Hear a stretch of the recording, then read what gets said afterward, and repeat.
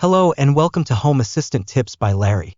Before we get started, we are going to assume you already have a working instance of Home Assistant and you already have ESPHome installed and working and you know how to flash a microcontroller with ESPHome.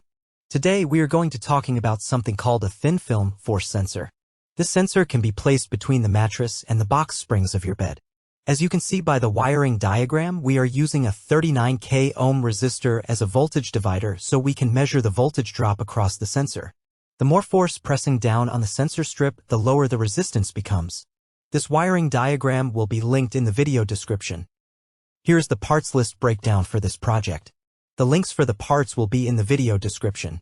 Here we can see a thin film force sensor below a breadboard which has a 39K ohm resistor connected to the 3.3 volt pin of a microcontroller. The other end of the resistor is connected to one leg of the sensor and the other leg is connected to ground. There is also a wire connecting pin 32 of the microcontroller to the sensor. Now I'm going to switch to my Home Assistant screen and start pressing on the sensor strip. As you can see, the voltage starts dropping and continues dropping as I press even harder on the strip. This shows that if you place this sensor between the mattress and the box springs of your bed at about where your hips will lay, the voltage of the sensor will drop as you lay on the bed. You can use this to turn on or off anything you might like.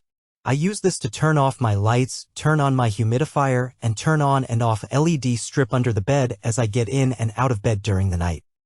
The code to get the sensors working in ESPHome will be linked in the video description. We hope you enjoyed this video. Please like and subscribe to this channel so we can continue to make these videos, and as always, if you have any questions, please ask them in the comments section. See you next time.